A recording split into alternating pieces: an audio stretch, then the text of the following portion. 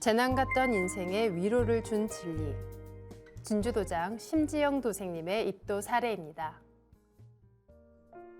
일을 하다가 우연히 알게 되어 언니 동생하며 지내는 전효정 도생님이 어느 날 저에게 증산도 얘기를 했습니다. 진리를 처음 듣는 제게는 증산도는 낯선 곳이었지만 보내준 태일주 주문은 곧잘 외우고 다녔습니다. 주문을 읽으면 무슨 뜻인지는 모르지만 강한 기운이 있다는 생각이 들었습니다. 얼마 후 그 동생이 증산도 수행을 한다고 했지만 내심 수행의 효과가 얼마나 있을까 하고 큰 믿음이 가지는 않았습니다. 그런데 몇 달 뒤 우연히 그 동생을 만났는데 잠깐 본 얼굴이 무척 환하고 밝아 보였습니다. 속으로 비타민C를 꼬박꼬박 챙겨 먹더니 얼굴이 좋아졌나 보다라고 생각했는데 원래 동생은 피부가 하얗고 고운 얼굴과 우아한 자태를 갖고 있었습니다. 그때 만난 얼굴에서는 그 모습을 넘어 광채가 나고 마치 선녀 같은 기품이 흐르는 것이었습니다. 그 모습을 보고 나니 거기엔 내가 모르는 절대적인 선이 있을 것만 같았습니다.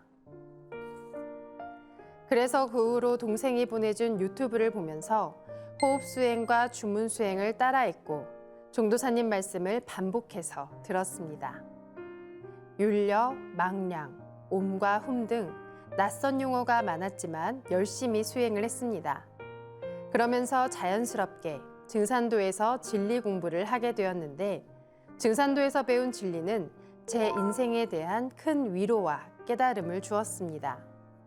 네, 아는 동생에게 증산도 얘기를 처음 듣게 되셨는데요.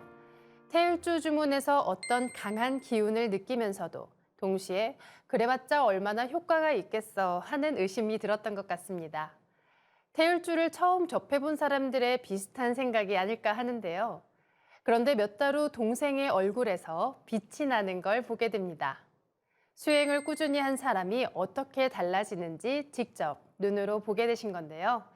그 뒤로 자극을 받아 동생분이 보내주시는 영상을 보고 열심히 수행을 하십니다.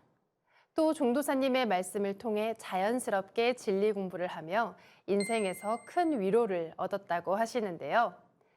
심도생님의 이야기를 좀 더 들어보겠습니다. 사실 57년을 살아온 저의 삶은 마치 군대에서나 경험할 수 있는 유격 훈련이나 공준전 같은 힘겨운 시간의 연속이었습니다. 오랫동안 우울증 약을 복용했고 갑상선 암 수술 후유증으로 면역 체계가 다 망가져 있어 이미 몸과 마음은 지칠 대로 지쳐 있었습니다. 신경정신과에서는 이미 30대 후반부터 입원을 권유할 정도였고 온몸은 냉장고 안에 들어가 있는 것처럼 시려서 그 고통을 참느라 온전한 사회생활이 불가능했습니다. 스트레스를 과하게 받으면 두 눈에 포도막염이 와서 눈알이 빨개지고 참을 수 없는 고통이 함께 찾아왔는데요. 어느 때엔 한 달 동안 앞을 볼 수 없을 정도로 심각해지기도 했습니다. 불안장애도 심각해서 바람이 심하게 불거나 비만 와도 심장이 너무 뛰어 외출을 할 수 없었고 극심한 공포심으로 항상 몸과 마음이 고통스러웠습니다. 30대 후반에 퇴행성 관절염이 왔고 알레르기가 심해 먼지나 화학제품, 에어컨 바람에 단 1분이라도 노출되면 콧물, 재채기, 가려움증, 호흡곤란이 왔습니다. 한마디로 매일매일 곧 죽을 것만 같은 고통 속에서 눈물로 밤잠을 이룰 수가 없었습니다. 저는 하늘을 원망했습니다. 왜 태어났는지, 왜 이 고통을 주시는지 이유를 알 수가 없었습니다. 네, 어느 한 곳만 살짝 아파도 일상이 힘들어지게 느껴질 때가 있죠. 우울증의 암, 불안장애, 관절염, 수많은 알러지까지 하루하루가 정말 많이 힘드셨을 것 같습니다. 이렇게 여러 곳이 동시에 아프면 당연히 마음의 여유도 없어지고 또 마음이 병들면 고스란히 몸의 병으로 찾아오고 심도생님께는 이 악순환이 반복된 것 같은데요. 계속해서 읽어보겠습니다. 이런 불안장애를 안고 살아가는 데는 집안 환경의 영향이 컸습니다. 한학자였던 할아버지 아래서 귀하게 자란 아버지는 할아버지가 돌아가신 뒤 재산의 대부분을 큰아버지가 가져가자 그 분노를 처자식에게 풀기 시작했습니다. 우리 집은 늘 물건들이 날아다녔고 그래도 화가 풀리지 않은 아버지는 급기야 자식을 마당에 던지기까지 했습니다. 또 온갖 몽둥이로 어머니와 자식을 때렸습니다.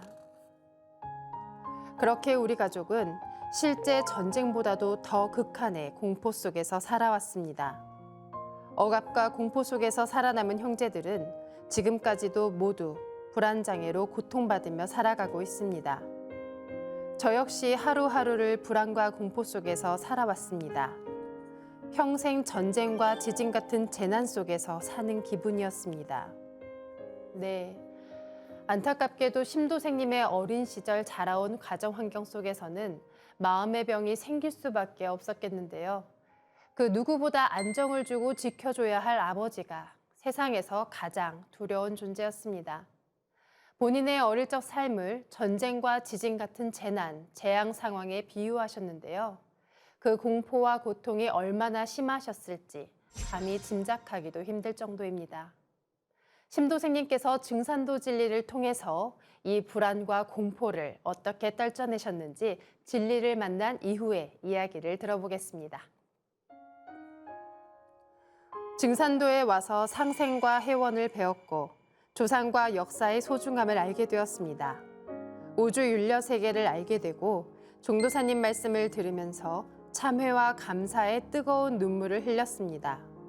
설교와 빛꽃 수행으로 저에게도 빛이 찾아왔고 빛으로 물들면서 몸과 마음이 밝아지고 자신감이 생겼습니다. 그리고 제가 왜 고통을 받고 살아왔는지에 대한 이유와 해답도 찾았습니다. 이제는 제가 얼마나 소중하고 귀한 존재인지 알게 되었고 불안과 공포, 외로움과 우울증이 사라져가고 있습니다. 얼굴에 웃음이 많아지면서 주위에서도 제가 달라졌다는 얘기를 자주 듣게 되었습니다. 저는 산책을 할 때도 운전을 할 때도 주문 수행을 하고 있습니다. 그리고 상제님 말씀에 길이 있고 참 진리가 있다는 걸 알게 되었습니다. 제가 구원을 받았듯이 주위 많은 분들도 구원을 받았으면 하는 마음으로 설려화를 열심히 전하고 있습니다. 증산도로 인도해준 동생이 무척 고맙고 세상 만물에게 감사함을 느낍니다. 보은. 네, 자신이 얼마나 소중하고 귀중한 존재인지 알게 되셨다는 심도생님의 말씀에 제 마음도 같이 뭉클해지는데요. 자신이 얼마나 소중한 존재인지 알게 되며 심도생님을 괴롭히던 마음의 병들도 사라져갑니다. 심도생님은 설려와 빛꽃 수행을 하시면서 몸과 마음, 영혼이 빛으로 가득 채워지셨다고 했는데요. 설려와 수행은 빛으로 내 몸의 병뿐만 아니라 이렇게 마음의 병도 함께 치유해 줍니다. 심도생님도 차츰 밝은 모습을 되찾아가고 계시다니 정말 기쁜 일인데요. 앞으로 설려와 빛으로 가득 찬 환하고 빛나는 일꾼이 되시길 기원드립니다. 입도 축하드립니다.